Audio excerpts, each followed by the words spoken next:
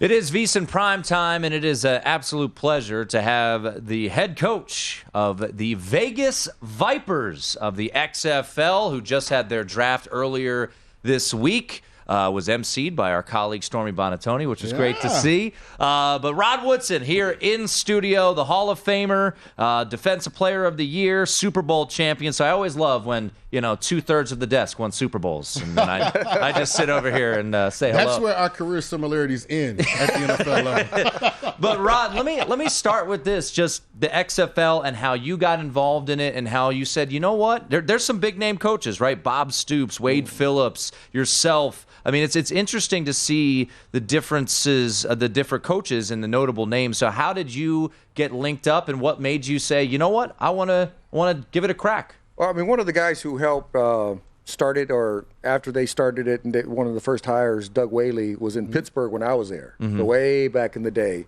Doug gave me a call, and, it's a great opportunity. And you know this. I mean, playing in the National Football League, every player's not ready. Right.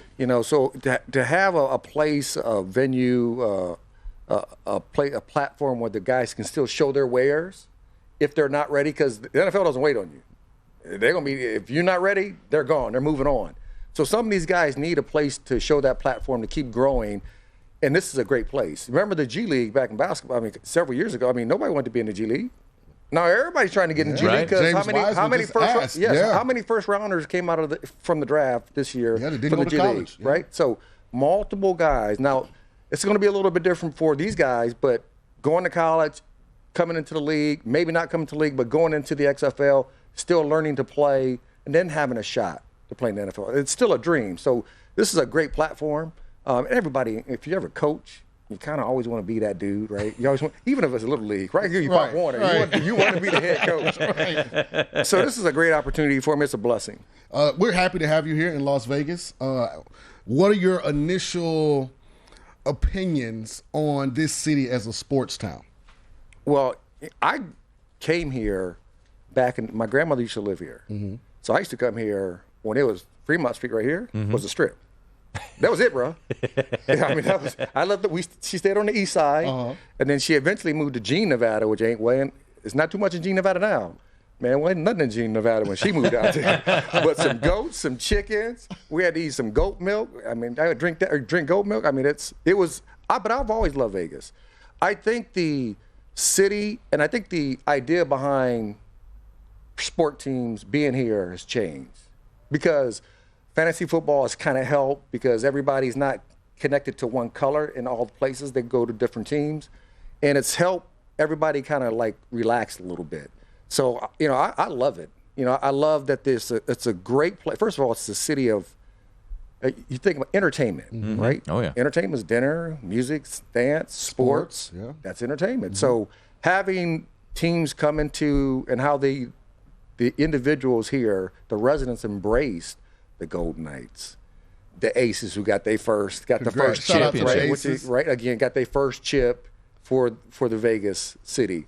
So I think it's great. I'm blessed to be here. It kind of brings me back to my childhood. I called my aunt when I got here and said, "Hey man, what was that school that we went to when I was like in sixth grade again?" And so it was pretty neat to come back here. It's interesting. Aside from hosting Primetime, which we do 3 to 6 Monday through Friday. You can download our app. We're on YouTube television, other platforms. I call the local high school game of the week. So this is my. Right? I moved here last July, so I kind of got to get out in the city. You didn't know I lived here? I did it. What? I did it. And so you guys know some background. Me and Rod had the same agent, Eugene Parker. So I met Rod when I was a puppy in the league, and he kind of put his arm around me and said, you do well, just don't throw the ball to my side of the field. So I think Brian Urlacher said the same thing. Brian Urlacher was trying to hit me. Rod was trying to intercept the ball. But one of the most fascinating parts of this was the support the local high school programs got. Like they all had huge bands, multiple cheerleading squads. All the teachers had seating specially set up for them. Like it was like you could just tell like this area is dying, like to get behind and rally behind, sports. And so having you here, it was truly a pleasure. Me and Tim are going to put our application in. We do want to call the games. So we're going to be a broadcast team. We're going to get that done. My first question. What's been the most surprising part? Because I went into coaching. Of course, the football acumen, that's second nature. Right. Interacting with the players, second nature. What's been the biggest surprise to you as the head coach of the Vipers? Well, I think, when you're a position coach, you don't have to worry about anything else. Right? It's just, I got my position, I'm looking at my guys, I'm getting my drills. The bigger picture, I ain't worried about that. But when you're the head coach, you're looking at that side, these side, the offensive side, defensive side, special teams. So you got to really think about how it all works together, how it flows, the philosophy of it. I think that's been the biggest adjustment as a head coach, because I've been a position coach for years in the league and even in high school, and it's a lot easier than being the head coach. Head coach gets all the texts, all the phone calls. I mean, position coach, they only the position players call them when they need something, right, or they running late. That's the only time they ever get texts. So the head coaches, no matter what, they're getting the text. And then anything that happens inside of that, it's your fault. Right. So you got to make sure you put your hand and your thumb on it really quick, and it's ran the way you want it to be ran. We're talking to Rod Woodson, Hall of Famer, and we want to get your thoughts on what's going on in the league right now as well. But the draft just transpired, and, similar to what we've seen in the recent, installments of the XFL, there's some notable names, right? Vic Beasley, you guys drafted. I mean, big Vic Beasley from Clemson. First-round pick, right? The Falcons? Yeah. Out of Clemson. Martavis Bryant is certainly a name that many other people know. I mean, I'm from D.C. Matt Jones was a third-round pick from Washington not too long ago. So how did the process go? How was that, going through that whole thing? Because it's not like the NFL draft, Rob, where you're drafting 7 players or, whatever it may be. You're drafting a whole team. You're drafting a whole team, and it was over 1,700 guys in the draft pool. Whew. So our coaches had a lot of work to do. They understood our philosophy of what we want to get done on offense and defense and even special teams. We got some old school coaches. We got Ray Sherman. Okay. We got Bob Wiley. Yeah, guys have been around the league quite a long time, right? And who've been there and done that. Chuck Bresnahan. Got one of my old teammates, Darren Perry, Chris Dishman. So we have a pretty good staff. I think we have a diverse staff, but they had a lot of work to do to try to figure out who was the best fit for what we're going to do. And I think they did a great job. And, Vic, it was a baller. We know that. I think he still got something in him. Bryant, 6'4", still can run. Yeah. That's a nightmare matchup for DBs. So that's one of the things that we're trying to find. We found a lot of really good athletes. We found some speed out there, on these streets. And it's going to be fun to watch them play. Chris Dishman was on our staff at IMG when I was the OC. Coach right. Wiley's the O-line coach, right? He's the O-line coach. I've got a story I've got to tell. We got about a minute and a half before this break. So, Coach, I'm in Arizona, and Coach Wiley and Denny Green. You know Denny Green, emotional roller coaster. You look at how Denny walking. Should you say good morning, Coach, or just keep your head down and get on the other side of the hallway? Something happened between him and Coach Wiley. This is a true story. We're getting on the bus to leave the Cardinals facility to go to the Giants, and Coach Wiley is leaning on his Porsche with a baseball bat in the parking lot. It's him and Denny. I don't know what happened. This is the most amazing story. Because Coach Wiley, good dude. No, he is. He's a great guy. person. I still, to this day, don't know what exactly happened. I'm going to ask him. I just was glad I wasn't parked close. I'm going to ask him. I'm going to ask. See what happened. Well, Coach, we appreciate it. Can you hang out for one more? Absolutely. Talk about what's going on in the league. Talk maybe a little about your Steelers. And I got to get your perspective as a former player on what's going on with the Indianapolis Colts right now, because it is last week was quite the hotbed here in this PlayStation Parks, baby. But Rod Woodson, from Madden to the NFL booth, Hall of Famer, Super Bowl champ, and the new head coach of the XFL Vegas Vipers, hanging out with us. One more segment with him. It is VSiN Primetime. Come on back. Hour 2 of VSiN Primetime. Not a bad way to start your second hour when you've got a Hall of Famer on set. You've got 2 Super Bowl champions. Man, stop comparing me to Rod. Just say Hall of Famer and leave me out of it. I mean, you did all right in your college days. Like Deion said, it's different levels, like to the Hall of Fame. Like Coach Woodson's in the side, allocated department for the special ones. There's no different sides to Hall of Fame. I know what Deion said, but everybody's in the same room. And I'll tell you this, Rod, he's not this self-deprecating when you're not here. Just leave it at that. Rod Woodson. Well, competing against a guy that went 8 for 31 from the free throw line at Muhlenberg College, but competition's adjusted a little bit. A little bit. But no, we are thrilled to have Coach Woodson, because you are Coach Woodson now in studio, head coach of the Vegas Vipers, as the XFL just had their draft here in Las Vegas, which was a great scene and some really notable names, as we just talked about here. But, Coach, I am curious to get your perspective on something, because last week, as anywhere you looked, it was, how could the Colts be doing this? This is idiotic. This is ridiculous. And I saw kind of both sides of it, and you saw former players come out. Joe Thomas was very outspoken about Jeff Saturday getting this job. And then they go out here in Las Vegas and they actually get the win. So I'm curious your perspective. You're a head coach now in the XFL, but unlike Jeff Saturday, you did coach in the NFL as a position coach. So when you heard the news that the Colts went out and hired Jeff Saturday on an interim basis to take over for Frank Reich, I'm curious your perspective. Being a coach Yeah. and being in it before and serving all those hours, it was kind of what Bill Cowher said. Yep. On CBS. It was kind of a slap in the face to all the other coaches who put those grinding all those years away from the family and the kids. And then I see the other side where Steve Young said is like, it's a different take of giving different guys the opportunity. But my question would be to Steve is everybody going to get that same opportunity? And when I mean everybody, I'm talking about people of color. Mm-hmm.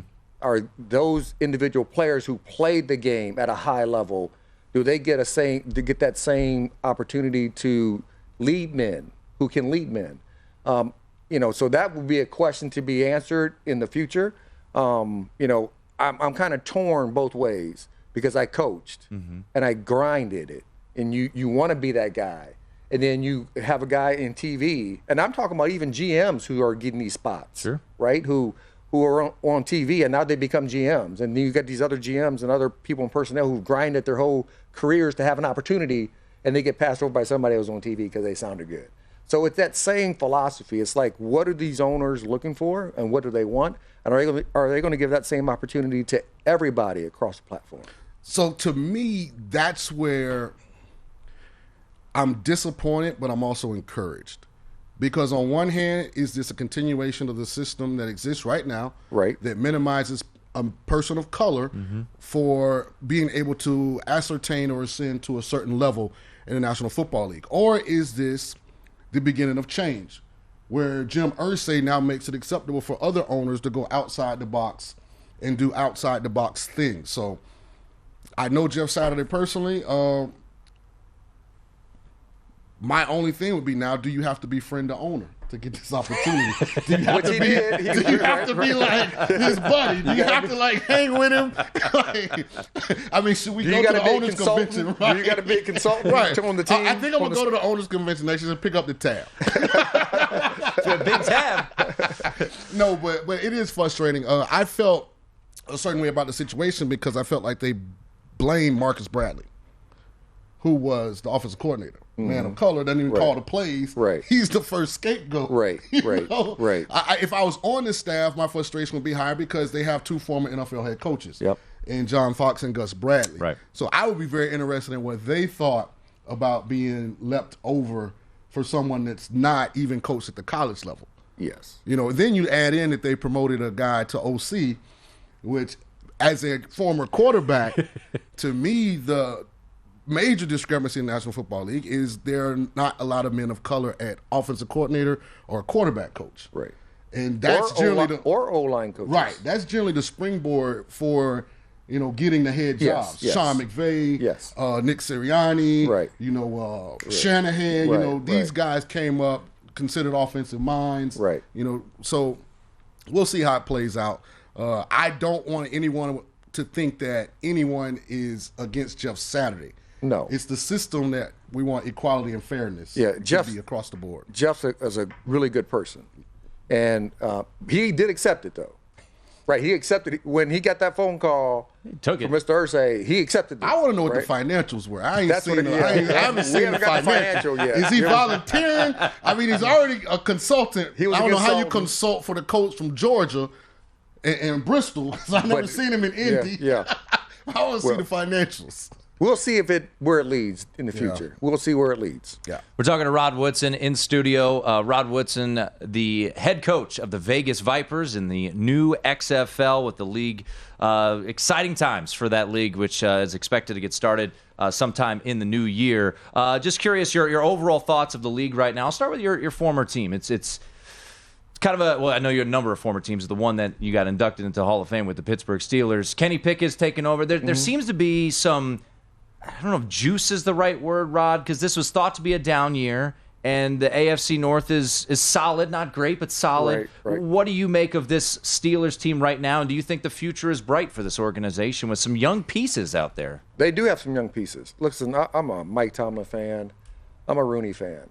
I've wore black and gold for quite a long time. Love that whole organization. They do have good pieces. They're inconsistent, but that's what you get especially when you have young good pieces. Right. They play young at times. They play good at times, and they play young at times. So they're going to keep building the pieces like they've always have. And I said it a couple weeks ago in my own house. Like, I don't know how Mike writes the ship this year. He'll write the ship. I know he'll write the ship. I don't know if he can write it this year. But watching these guys beat the Saints, I'm like, okay, wait. Okay, maybe I'm wrong.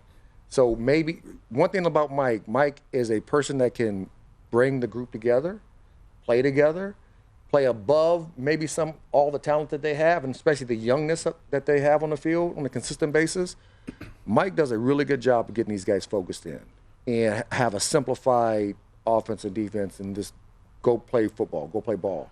So I'm not surprised, even though I thought I was going to be surprised with it. I don't know if they're going to. I don't think they're going to get into the playoffs this year. But I think they do have some really good young pieces. Now they got rid of that one with Claypool. Chase Claypool. So you got rid of him. So can you keep replacing those type of guys? And then you got to get some. You got to get some ballers. You got to get some dogs to help with TJ on the defensive side and the back end, the linebacker that can flow and run and go make plays. That was going to be my point. The most surprising thing for me was how much the defense fell off when TJ went out. Yes. Like, you think that they have enough talent, experience, name recognition there that they could have held it together till he got back. You look around the league, though. Geno Smith, Pete Carroll in Seattle, Brian Daboll in New York, Coach Salah with the Jets. Like, Philly's sitting at 8-1. I know they just lost. What's been the most surprising thing thus far overall in the National Football League to you? The most surprising, to be honest, is Pete Carroll, what he did to Geno. I don't know what Pete sells. I don't know what he's saying. We're in Seattle. Whatever he's selling, you want that at the Vegas Vipers, you that's want for that sure. at the Vegas Vipers because, I mean, Geno looked like he is 22 years old, slinging it, don't care, slinging it, running backs, they balling. I mean, the defense, you bring Irvin back, and the defense rises up. I mean, all the stuff that you probably would have said, that ain't going to happen. And it happened. So, and then we see where Russ is struggling. He stayed in a certain system for so long. He went to Denver, now he's struggling. But then now they're having success back in Seattle. And you're like, man, what is Pete doing over there? Like, what does he say? I know he's fun-loving. He cares for these guys. He gives them a lot of love. Is that the recipe for success of showing these guys that you care about them, you're going to have opportunities to play? It's still relevant if you're a rookie, if you're undrafted. That's one thing I do like about Pete. Pete's like, if you're the best player, I don't care where we took you at, you're playing. We don't care if you're a rookie, if you're a 2-year vet, a 10-year vet, a 12-year vet, you're playing. And the guys have balled out for him up there. I don't think if anybody would have told me that, and I think anybody would be lying unless they have it on tape. Nobody thought Seattle was going to be any good. I'll be honest. This was 7 years ago. I have produced. Did I not produce the tweet? It was 7 years ago, It was 7 years ago. I tweeted, I would not be surprised if Geno Smith is the most improved quarterback in the National Football League. Now, he didn't 7 years later. He didn't ultimately get to play, but I do think there's a space that should exist in the National Football League for a Geno Smith. a highly drafted player that goes to a difficult situation, went to the Jets. Yeah. A lot going on off the field, maybe didn't have the maturity to handle it. Given time to grow, develop, and get a second chance. He criticized me for Lentz because I was high on Mitchell Trubisky. For that same reason, thinking that after who was right sitting under Brian Daboll, he may Rod, who was resurrect right, his career. He was right. I was wrong, obviously. But shout out to Gino. I'm glad he didn't write back when they wrote him off. Rod, I want to. That right? I like that was probably the best quote. Bars. I've ever heard. That was awesome. We only got about 45 seconds. Who's the best team in the NFL in your eyes right now? I'm going with the best record right now. I mean, Minnesota? Philly, no, I'm going Philly. Okay, I was going to say. I'm staying with Philly. I was like, whoa! I'm staying with Philly. I like Philly.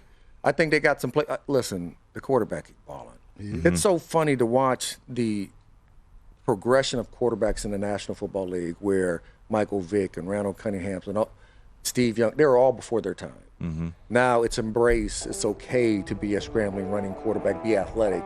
To see him, but he's balling. So see him do that, and then the defense, how good they play. Big play Slay is just balling signed over there. Sue today. I mean, they're not Just messing got around. Sue. Linval Joseph. So they're all in. All in. For the win. The Vegas Vipers. Great stuff, Head man. coach Rod Woodson, a Hall of Famer. Really appreciate it. Rod Woodson, it is VSiN Primetime.